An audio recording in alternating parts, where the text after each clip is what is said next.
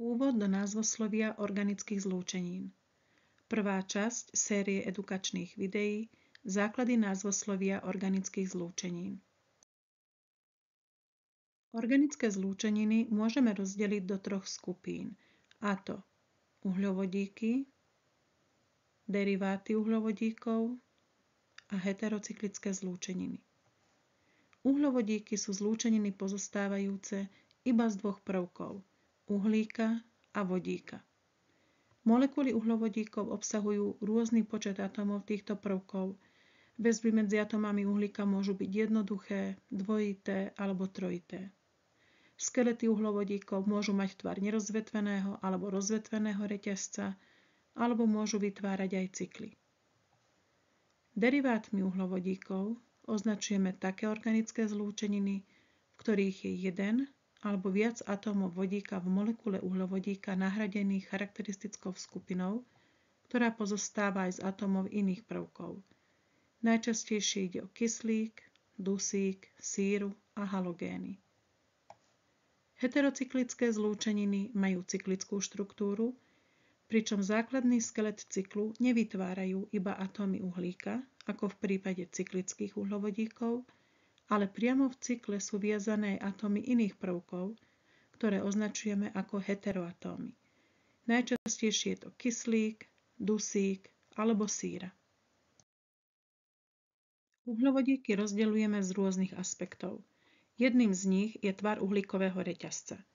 Tie uhľovodíky, ktoré majú uhlíkový reťazec otvorený, označujeme ako acyklické alebo alifatické, a uhľovodíky s uzavretým reťazcom označujeme ako cyklické alebo alicyklické. Acyklické uhľovodíky môžu mať uhlíkový reťazec rozvetvený alebo nerozvetvený. Molekuly cyklických uhľovodíkov môžu pozostávať z jedného alebo viac cyklov. Ďalším aspektom je typ väzieb medzi atómami uhlíka v ich molekulách, podľa ktorého rozlišujeme nasýtené, nenasýtené a aromatické uhľovodíky. V nasýtených uhľovodíkoch sú atómy uhlíka navzájom viazané výlučne iba jednoduchými väzbami. Nenasýtené obsahujú okrem jednoduchých väzieb aj násobné väzby, a to buď dvojité alebo trojité. Niektoré nenasýtené uhľovodíky obsahujú výlučne iba násobné väzby. Termíny nasýtené a nenasýtené uhľovodíky vyjadrujú, či je daný uhľovodík schopný reagovať s vodíkom, to jest sítiť sa vodíkom. Túto schopnosť majú v prítomnosti vhodných katalizátorov iba uhľovodíky s násobnými väzbami, teda nenasýtené. Nasýtené uhľovodíky sa už ďalej vodíkom nesítia. Aromatické uhľovodíky označujeme aj ako arény. Sú to cyklické uhľovodíky so zvláštnym usporiadaním pi elektrónov v cyklickom reťazci. Pi elektróny sú v štruktúre arénov delokalizované, to znamená, že pi elektróny dvojitých väzieb nie sú lokalizované medzi dvoma konkrétnymi atómami uhlíka, ale sú rozložené cez celý uhlíkový kruh. Základným aromatickým uhľovodíkom je benzén. Molekuly arénov môžu byť tvorené aj viacerými aromatickými kruhmi, alebo na aromatický kruh môžu byť naviazané aj alifatické alebo cyklické reťazce. Organické zlúčeniny možno pomenovať viacerými druhmi názvu. Triviálne názvy sa vytvárali postupne pri objavovaní nových zlúčenín už v počiatkoch organickej chémie. Boli vytvorené na základe pôvodu alebo charakteristické vlastnosti organickej zlúčeniny, napríklad lieh, kyselina mravčia alebo kyselina mliečna. I keď je mnoho triviálnych názvov dodnes zaužívaných, pre všeobecne zrozumiteľnú informáciu o štruktúre organických zlúčenín bolo nevyhnutné vytvoriť jednoznačný systém ich pomenovania. Systémový názov, ktorý sa označuje aj ako substitučný názov, vyjadruje presnú štruktúru molekuly a je tvorený zo slovotvorného základu predpón, prípon, lokantov a vybraných interpunkčných znamienok, akými sú spojovník, čiarka alebo zátvorka. Ako príklad môžeme uviesť etanol, čo je substitučným názvom pre lieh. Kyselina metánová je substitučným názvom kyseliny mravčej, alebo kyselina 2-hydroxypropánová je substitučným názvom pre kyselinu mliečnu. Na rozdiel od triviálnych názvov, systémovým, respektíve substitučným názvom možno pomenovať každú jednu organickú zlúčeninu, preto je základom názvoslovia organických zlúčenín. Ďalším spôsobom vyjadrenia názvu organickej zlúčeniny je semitriviálny alebo semisystémový názov. Už z jeho označenia vyplýva, že ide o čiastočne triviálny a čiastočne systémový názov, v ktorom sú k triviálnemu základu pripojené systémové predpony alebo prípony, napríklad glycerol, chloroform alebo acetón. Niektoré deriváty uhlovodíkov možno pomenovať aj skupinovým názvom. Pri tomto spôsobe pomenovania sa k názvu základného hydridu, čiže uhlovodíkového zvyšku, pripája spoločný názov derivátov charakterizovaných rovnakou funkčnou skupinou, napríklad etylalkohol, metylchlorid alebo dimetylketón. Jednotlivé časti systémového názvu si vysvetlíme na príklade zlúčeniny, ktorej vzorec máme zobrazený. Základ názvu tvorí názov základného hydridu, teda uhlovodíkového reťazca, na ktorom došlo k substitúcii, čiže nahradeniu atómov vodíka rôznymi alkylovými a charakteristickými skupinami. Jeho názov je hept a je určený počtom atómov uhlíka v hlavnom reťazci molekuly. Príponom N je vyjadrená prítomnosť násobnej väzby v uhlovodíkovom reťazci a príponom OL prítomnosť charakteristickej skupiny alkoholov. Predponov metyl je vyjadrená prítomnosť metylových skupín CH3 a predponov chlór prítomnosť charakteristickej skupiny Cl. Násobiaca predpona di informuje o tom, že v molekule máme dve totožné alkylové skupiny. Rovnako násobiacou predponou by sa vyjadrila aj prítomnosť väčšieho počtu totožných charakteristických skupín alebo násobných väzieb rovnakej násobnosti. Predpona di vyjadruje počet 2, predpona 3 počet 3, predpona tetra počet 4 a tak ďalej. Číslice v názve sú lokanty, ktoré vyjadrujú polohu násobnej väzby alebo substituenta. Lokant sa uvádza vždy bezprostredne pred tou časťou názvu, ktorej polohu vyjadruje. V našom prípade lokant 4 informuje o tom, že charakteristická skupina chlór je naviazaná na 4. atóme uhlíka základného hydridu. Lokanty 5 a 5 informujú o tom, že na 5. atóme uhlíka v základnom hydride sú naviazané dve metylové skupiny. Lokant 3 informuje o prítomnosti dvojitej väzby za 3. atómom uhlíka základného hydridu a lokant 2 informuje o tom, že na 2. atóme uhlíka základného hydridu je naviazaná charakteristická skupina alkoholu. Názov základného hydridu, predpon aj prípon, poradie ich usporiadania, ako aj určovanie lokantov sa riadia presnými pravidlami, ktorých precizovanie zabezpečuje Medzinárodná únia pre teoretickú a aplikovanú chémiu JUPAC a ich preklad a úpravu do slovenského jazyka zabezpečuje Názvoslovná komisia pri Slovenskej chemickej spoločnosti Slovenskej akadémie vied v spolupráci s Jazykovedným ústavom Slovenskej akadémie vied. Prvkové zloženie a štruktúra organických zlúčenín sa vyjadruje rôznymi typmi chemických vzorcov. Rozdiely medzi nimi si vysvetlíme na príklade zlúčeniny buta-1,3-dién. V štruktúrnom vzorci máme značkami vyjadrené všetky atómy uhlíka a vodíka a krátkými čiarami máme zobrazené všetky väzby medzi týmito atómami. V prípade zložitejšej molekuly, ktorá by obsahovala väčší počet atómov a tieto atómy by boli zoskupené do rôzne rozvetvených reťazcov alebo cyklov, by takýto typ vzorca bol veľmi neprehľadný. Prehľadnejším typom je racionálny vzorec, v ktorom sú čiarami vyznačené iba väzby medzi atómami uhlíka. Väzby medzi atómami uhlíka a vodíka sa nevyznačujú.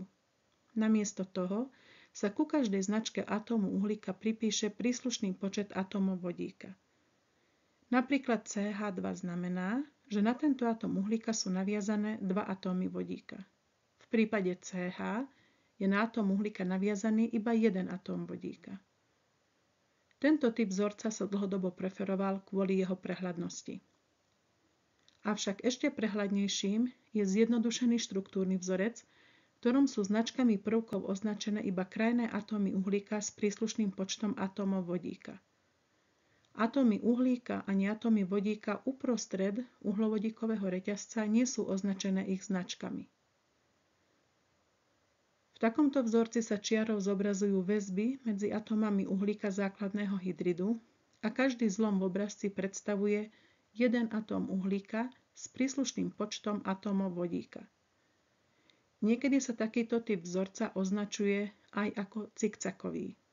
Je to najprehľadnejší spôsob vyjadrenia štruktúry organickej zlúčeniny. V súčasnosti sa používa čoraz viac a nahrádza donedávna preferovaný racionálny vzorec. Štvrtý typ vzorca, sumárny vzorec, neposkytuje informácie o štruktúre zlúčeniny. Vyjadruje iba skutočný počet atómov jednotlivých prvkov v molekule. Jeho využitie je preto dosť obmedzené. Dôležitou vlastnosťou jednotlivých prvkov je väzbovosť. Vyjadruje počet kovalentných väzieb, ktorými sa atóm prvku viaže so všetkými susednými atómami v molekule. Podľa základného pravidla štruktúrnej teórie je atóm uhlíka štvorväzbový. Štvorväzbovosť uhlíka sa môže prejaviť rôznymi variantami. 4 jednoduchými väzbami, 1 dvojitou väzbou a 2 jednoduchými väzbami, 1 trojitou a 1 jednoduchou väzbou, alebo 2 dvojitými väzbami. Atóm vodíka sa môže s inými atómami viazať len jednou väzbou.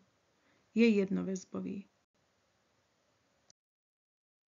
Pre potreby tvorby vzorcov organických zlúčenín je potrebné mať vedomosti aj o väzbovosti ďalších prvkov, ktoré sa v nich vyskytujú.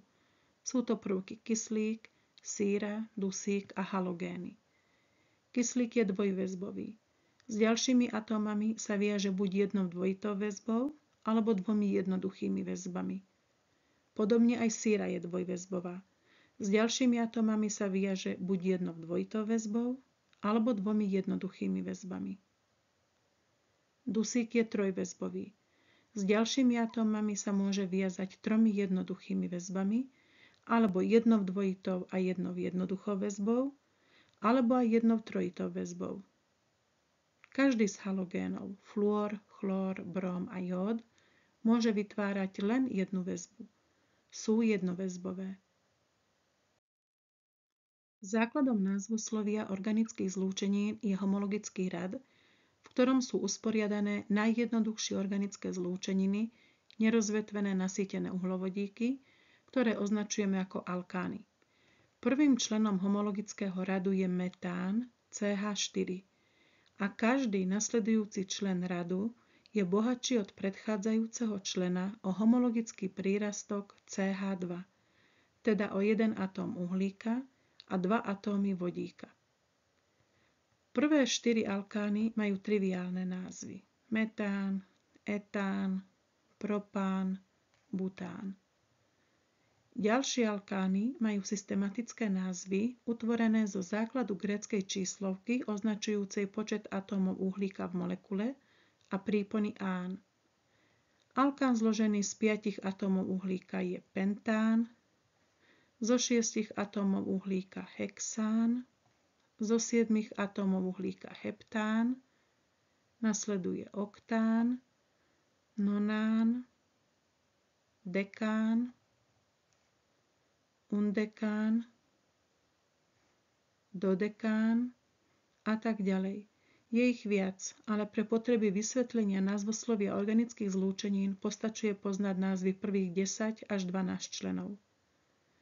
Vzorce členov homologického radu môžeme písať aj v skrátenom tvare, alebo sumárnym vzorcom.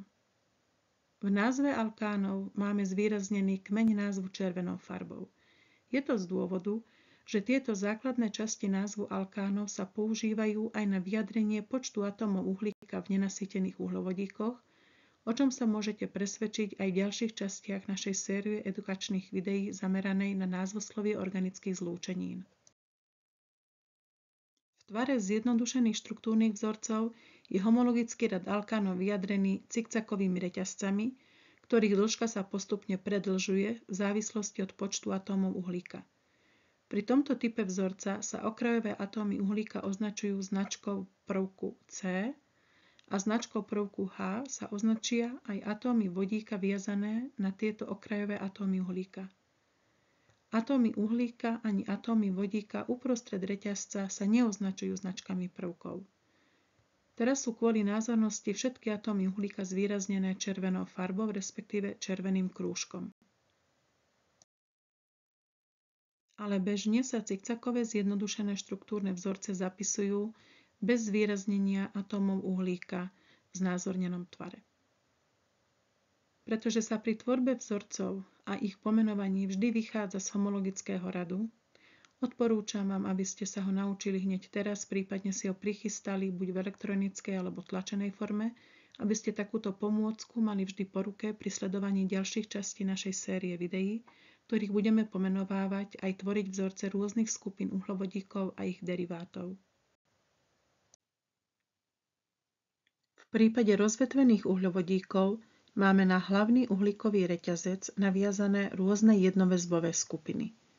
V našom prípade sú na hlavný reťazec heptán naviazané dve jednoväzbové skupiny, a to CH3 a CH2CH3. Tieto skupiny sa tvoria mysleným odobratím atómu vodíka zo základného uhľovodíka.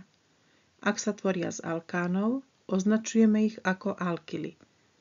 Názov alkylu sa utvorí nahradením prípony -án v názve príslušného alkánu príponou -il.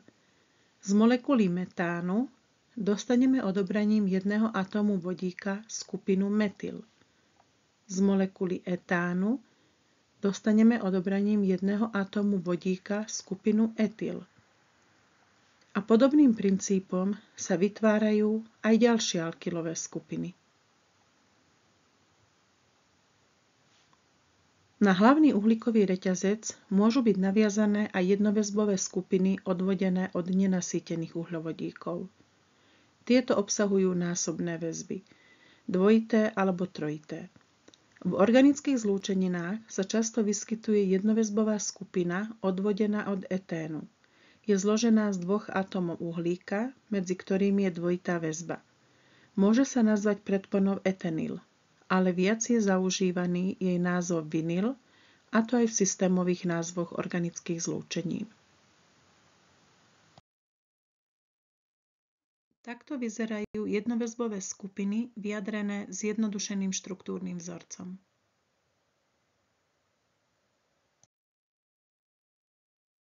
Ďalšou skupinou organických zlúčenín sú deriváty uhľovodíkov. Vznikajú nahradením jedného alebo viacerých atómov vodíka v molekule uhlovodíka charakteristickou skupinou. Niektoré charakteristické skupiny sa vyjadrujú predponami, iné príponou. Na základe tohto kritéria sme ich rozdelili do dvoch tabuliek. Tabuľka A, ktorú práve vidíte, obsahuje tie charakteristické skupiny, ktoré sa vždy vyjadrujú predponami. Je to zjednodušená tabuľka, ktorá obsahuje iba najvýznamnejšie skupiny derivátov, v ktorých sa prítomnosť charakteristickej skupiny vyjadruje predponou. V tejto tabuľke B, sú uvedené tie charakteristické skupiny, ktoré sa vyjadrujú príponami alebo predponami. To, či sa prítomnosť danej skupiny vyjadrí predponou alebo príponou, závisí od umiestnenia danej skupiny v tejto tabuľke. V prípade, že molekula derivátu uhlovodíka obsahuje iba jednu charakteristickú skupinu z tejto tabuľky, vyjadrí sa príponou. V prípade, že molekula derivátu obsahuje viac druhov skupín z tejto tabuľky, príponou sa vyjadrí tá z nich, ktorá je v tejto tabuľke umiestnená vyššie. Taká skupina sa označí ako hlavná skupina. Všetky ostatné skupiny prítomné v molekule derivátu sa vyjadria predponami, ktoré sa v názve zlúčeniny uvedú v abecednom poradí. Často sa stretneme aj so všeobecným vzorcom derivátov uhľovodíkov. V ňom je uhľovodíkový reťazec vyjadrený všeobecne veľkým písmenom R v prípade, ak ide o alifatický reťazec. Ten môže byť lineárny, rozvetvený alebo aj cyklický. Všeobecný vzorec teda pozostáva zo skratky alifatického reťazca R a značky charakteristickej skupiny derivátov. Ako príklad tu máme uvedený všeobecný vzorec karboxylových kyselín. V prípade, že základný hydrid, teda uhlovodíková časť vo vzorci derivátu má aromatický charakter, teda ak je to napríklad benzén alebo naftalén, uvedie sa skratkou AR. Máme tu uvedené dva príklady. Prvý je všeobecný vzorec aromatickej karboxylovej kyseliny a druhý všeobecný vzorec aromatického amínu. Porozumenie názvosloviu organických zlúčenín je kľúčové pre štúdium a prácu v oblasti organickej chémie, pretože umožňuje chemikom efektívne komunikovať a zdieľať informácie o rôznych zlúčeninách. Úvodná časť série edukačných videí Základy názvoslovia organických zlúčenín poskytla prehľad základných informácií a princípov k danej problematike. Pravidlá tvorby názvov a vzorcov jednotlivých skupín organických zlúčenín sú podrobnejšie vysvetlené názorným riešením príkladov v ďalších častiach tejto série videí.